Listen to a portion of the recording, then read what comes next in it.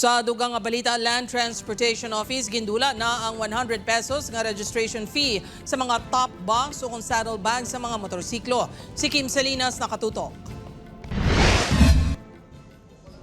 Hindi na magkolekta pa ang Land Transportation Office sang 100 pesos nga registration fee sa tag sa top box o kung saddlebag nga igatakod sa motorsiklo. Suno kay LTO Chief Marcos Lacanilaw, ang tikang kabahin sang 7-point policy sang ahensya nga nagakuha sang hindi kinahanglanon nga bayaran. Apisar sini, mandatory sa gihapon ang pagparehistro sang custom-made nga top box kag saddlebag. Iniagon mapasiguro sa gihapon ang roadworthiness sang motor.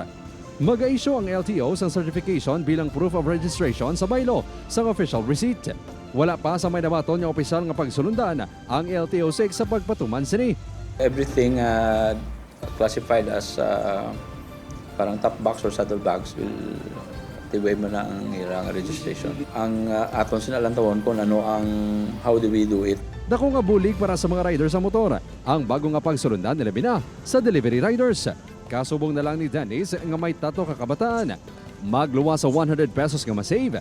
Amo man ang 3,000 pesos nga penalidad kung madakpan nga wala marehistro ang top box. Nakomanda sir nga bulik sa amon sir ite. Siyempre, isang ano lamang makita kada persentuhan mo lang kami sir. May college ka nga isa, duwa nga school mo. Importante man para kay Ronald ang top box.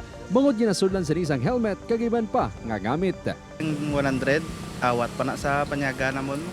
Kisa abla pigado man lang tamo. Upod Kirmel Porquia, Kim Salinas, 1 Western Visayas.